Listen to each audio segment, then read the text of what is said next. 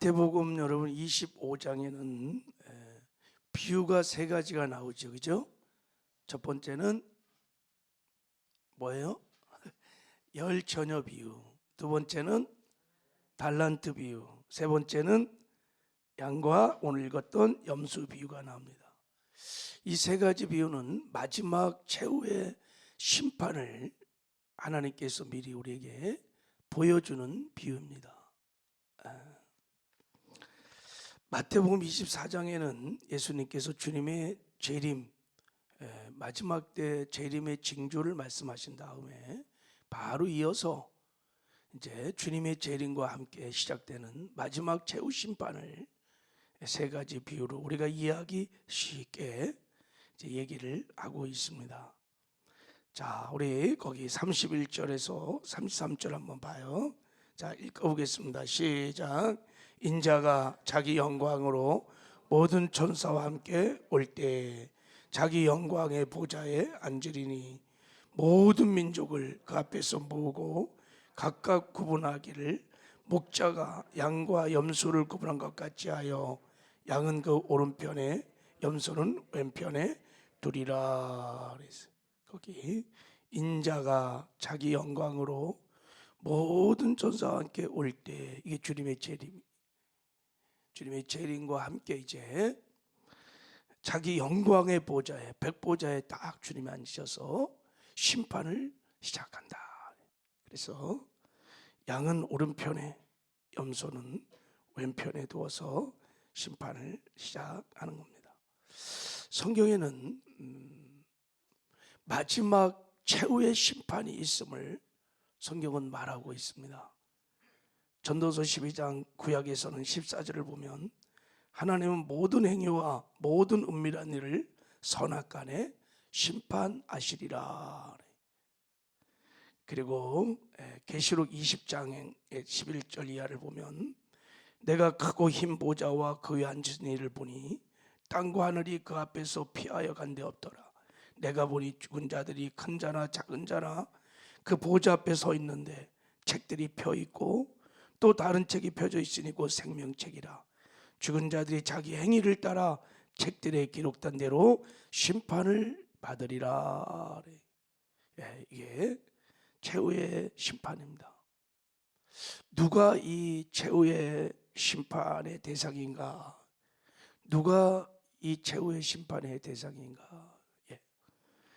디모데전서 전도 3장 17절에 보면 자, 내가 내 마음속에 이르기를 악인과 의인을 하나님이 심판하시리니 의인도 악인도 다 심판의 대상이.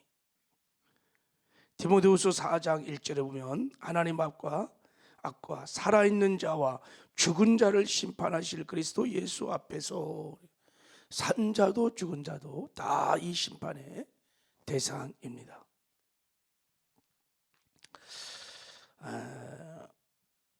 우리는 이 최후의 심판에 대해서 믿는 사람들은, 예수 믿는 사람은 이 심판을 안 받는다, 그냥 상급 심판만 받는다 이렇게 말하는데 그건 성경적인 가르침이 아닙니다. 그건 굉장히 큰 미혹입니다. 비성경적인 거예요. 자, 우리 예수 믿는 사람들도 심판을 받는지 성경 구절이 굉장히 많이 있는데 제가 대표적인 한 구절 읽어드릴게요.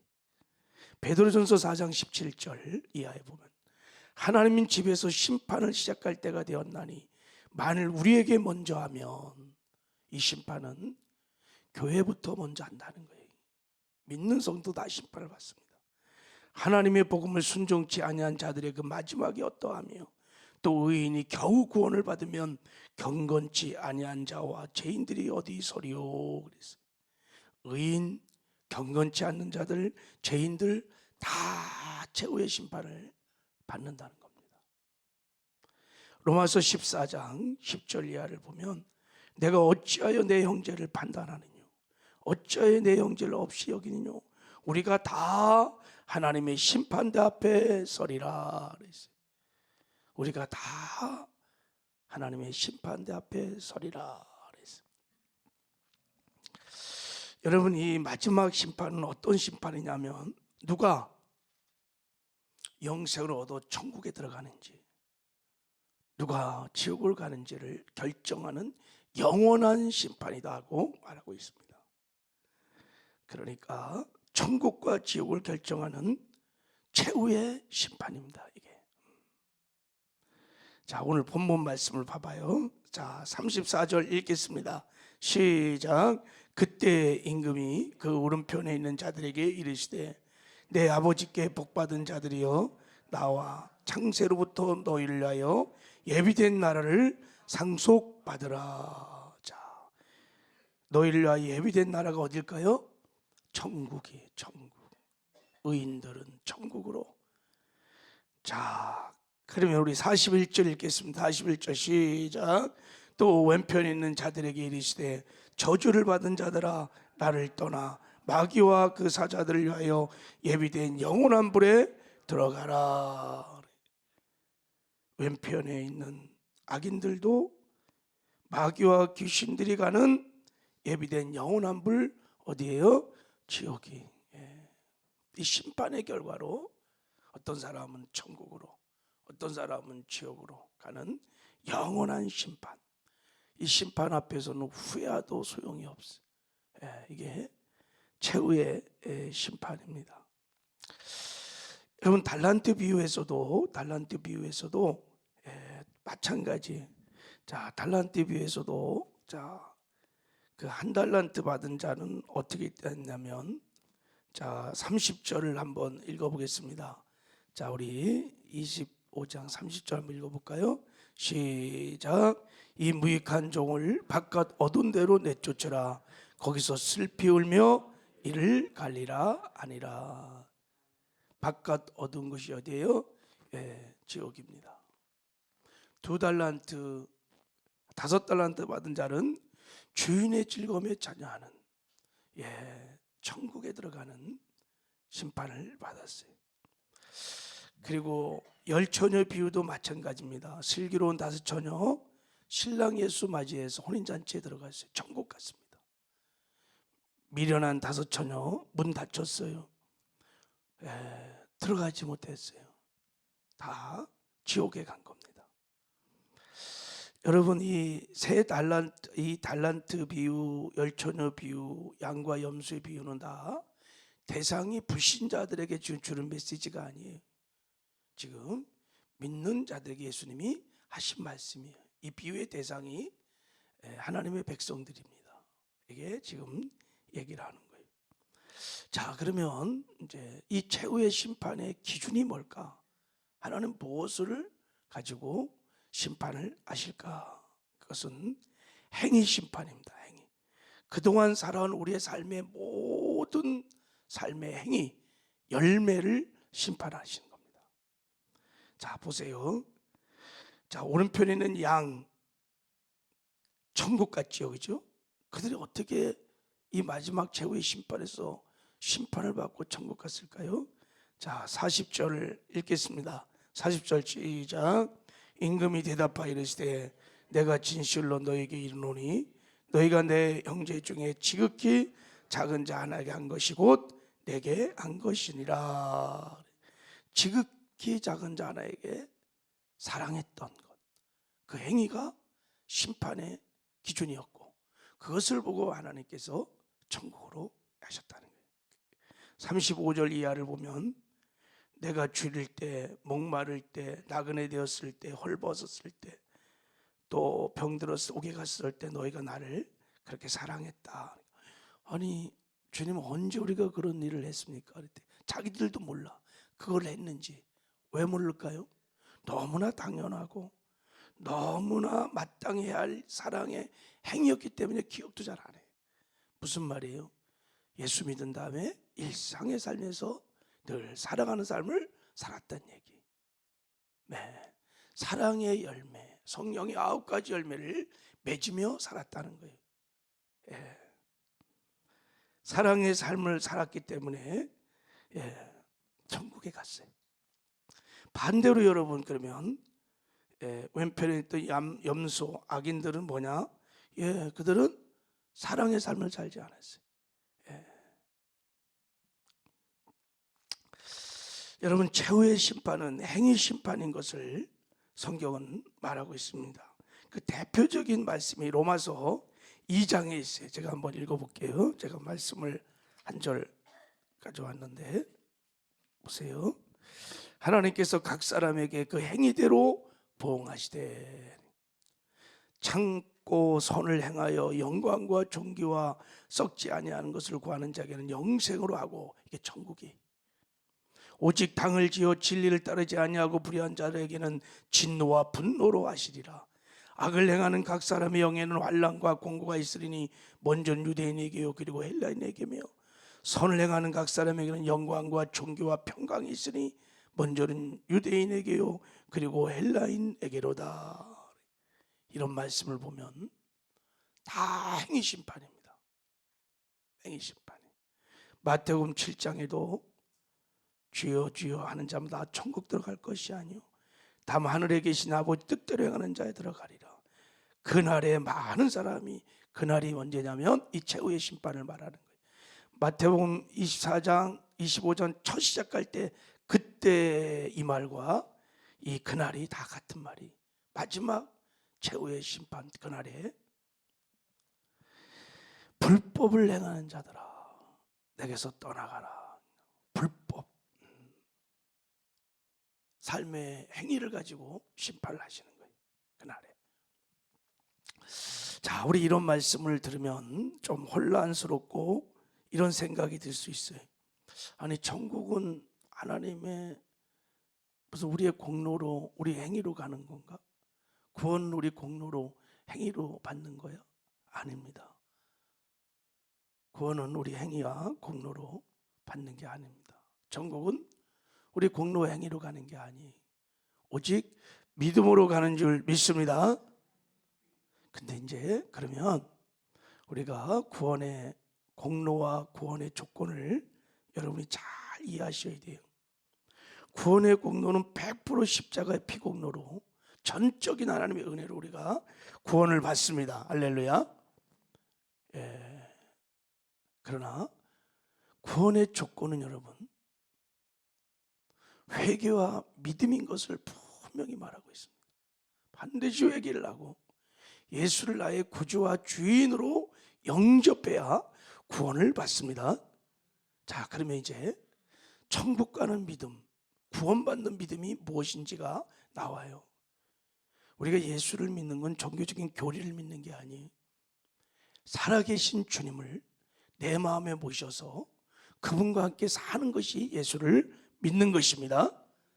주님을 예수를 주인으로 믿는 거예요. 예수를 주인으로 영접해서 내 인생의 주인을 바꾼 거예요. 이거를 그리스도인이라 그래요. 이걸 구원받았다 그러는 거예요. 신앙생활은 예수님을 주인으로 모시고 주님의 뜻대로 사는 것이 신앙생활입니다. 그러므로 반드시 예수를 나의 삶의 주인으로 믿고 거듭난 사람들은 주인의 뜻을 따라 행하는 행함이 있을까 없을까요? 반드시 따릅니다. 행함이 따르게 되어 있습니다. 그래서 참 믿음 생활을 하는 자들은 여러분 열처녀 비유처럼, 그 열처녀의 비유의 결론이 뭐냐면 여러분, 열처녀 비유를 말하고 예수님이 이렇게 말했어요. 그런즉 깨어 있으라. 너희가 그날과 그때는 알지 못하느니라 그랬어요. 깨어 있다는 게 뭐냐면 죄와 구별된 거룩한 삶을 살면서 말씀을 지켜 행하는 의의 삶을 사는 것을 성경은 깨어 있다 그러는 거예요. 참 믿음을 갖고 있는 사람들은 의의 삶을 삽니다. 의의 열매가 맺혀요. 참 믿음을 갖고 있는 사람들은 달란트 비유처럼 충성된 삶을 삽니다. 주님이 말씀하신 지상명령, 사명을 어쨌든 감당하려고 몸부림치며 충성된 삶을 삽니다. 충성의 열매가 맺혀요. 또 오늘 본문의 비유처럼 사랑의 삶을 삽니다. 참 믿음의 결과로 이런 의의 열매들이, 충성의 열매들이, 사랑의 열매들이 맺어지는 것입니다. 할렐루야. 그래서 성경에는요, 이 양과 염소에 비유해서 사랑의 삶을 사는 사람이 참 믿음을 가진 사람이, 이들이 천국 가는 사람들인데 갈라디아서 5장 6절에 보면 이렇게 말하고 있어요. 그리스도 예수 안에서 할례나 무할례가 효력이 없으되 사랑으로서 역사하는 믿음뿐이라. 그래. 사랑으로서 역사하는 믿음, 그 믿음이 참 믿음이라는 거예요. 그 믿음이 구원받는 믿음이고 그 믿음이 천국 가는 믿음이라는 거예요. 그래서 성령의 9가지 열매를 설명할 때도 갈라디아서 5장 20절에 보면 이런 것을 금지할 법이 없느니라. 성령의 9가지 열매를 맺는 사람은 누구도 정죄받지 않는다는 거예요. 성령의 9가지 열매를 맺는 사람들은 반드시 천국에 들어간다는 말이에요. 여러분, 내가 믿음이 있는가 없는가, 내가 천국 가는 믿음을, 참 믿음을 가졌는가 안 가진 증거는 뭐를 어떻게 해서 알려면 그의 삶에 맺혀지는 열매를 보면 알 수 있다는 거예요. 그의 삶에 충성의 열매가 맺히고 사랑의 열매가 맺히고 의의 열매가 맺히면 그 믿음은 진짜인 거예요. 참 믿음. 마찬가지로 하나님이 열매를 보고 나무를 판단하듯이 최후 심판 때 우리의 삶의 행위 열매를 딱 보시고 살아있는 믿음이구나, 죽은 믿음이구나, 알곡이구나, 쭉적이구나, 참 믿음이구나, 거짓 믿음인가를 판단하신다는 거예요. 그래서 참 믿음을 가진 자, 산 믿음을 가진 자, 알곡들은 그때 하나님이 의롭다 하시고, 그때 어떻게 의롭다 하시고 하나님의 은혜로 영생에 천국에 들어가는 은혜를 베풀어 주시고, 열매를 보니 이 믿음이 죽은 믿음이야, 가짜야, 쭉정이야. 그런 사람들은 다 영벌에 처하게 된다는 것입니다. 우리는 그러므로 신앙생활 어떻게 살아야 되느냐? 간단합니다. 우리가 주님의 재림을 소망하며 재림 위에 여러분 마지막 최후의 심판이 있다는 것을 늘 명심하고 준비해야 합니다. 할렐루야. 이게 바른 신앙생활입니다. 다 하나님 심판 앞에 우리가 다 설 겁니다. 그리고 넘어지고 쓰러질 때는 빨리빨리 회개하고 회개하셔야 합니다. 그리고 우리가 의로운 삶을 살고 사랑의 삶을 살고 충성된 삶을 사는 것 내 힘으로 안 돼요. 그래서 여러분, 예수님께서 십자가 못 박혀 죽을 때 우리 옛사람이 그래서 죽은 거예요. 죽었어요. 그리고 우리를 부활의 생명으로 우리를 새 사람으로 만드셔서 주님께서 성령으로 우리 안에 오셔서 우리와 함께 사시는 거예요. 할렐루야. 그리고 나 죽고 예수로 살면, 나 죽고 우리가 예수로 살면 여러분 이 땅에 사는 동안에 의로운 삶을 살면서 의의 열매를 맺히며 살 수 있습니다. 사랑의 삶도 살 수 있습니다. 충성된 삶을 살 수 있습니다. 그래서 열매를 주렁주렁 맺어갖고 최후의 심판 때 하나님께서 야, 착하고 충성가 잘했다, 천국 들어가는 건 두말할 것도 없고 그 열매에 따라서 하나님의 칭찬과 상급과 면류관을 주실 것입니다. 그 열매의 분량만큼 신령한 부활체로 우리가 변화되어서 그 열매의 분량만큼 칭찬과 상급과 면류관도 얻고 영원히 천국에서 하나님의 영광을 누리며 살게 될 줄 믿습니다. 그러므로 여러분 신앙생활을 할 때 천국 가는 게 신앙의 목표로 삼아야 돼요.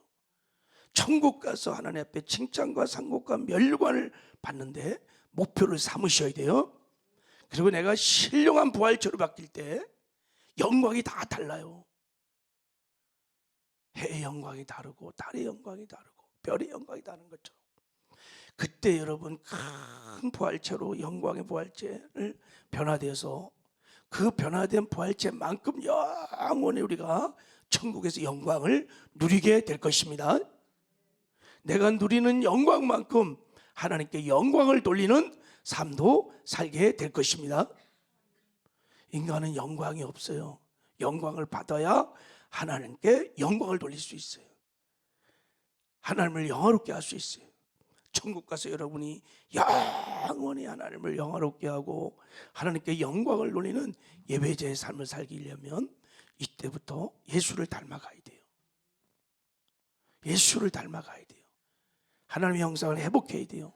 회복된 만큼, 닮아진 만큼, 열매의 분량만큼 부활체로 우리가 변하게 될 줄 믿습니다.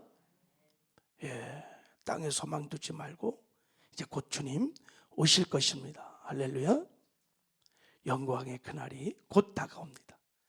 그때 하나님 앞에 서서 다 착하고 충성과 칭찬받고 천국에 들어가서 여러분 영원히 하나님과 영광을 누리는 복된 삶을 사시기를 주님의 이름으로 축복합니다. 하나님 아버지 감사합니다.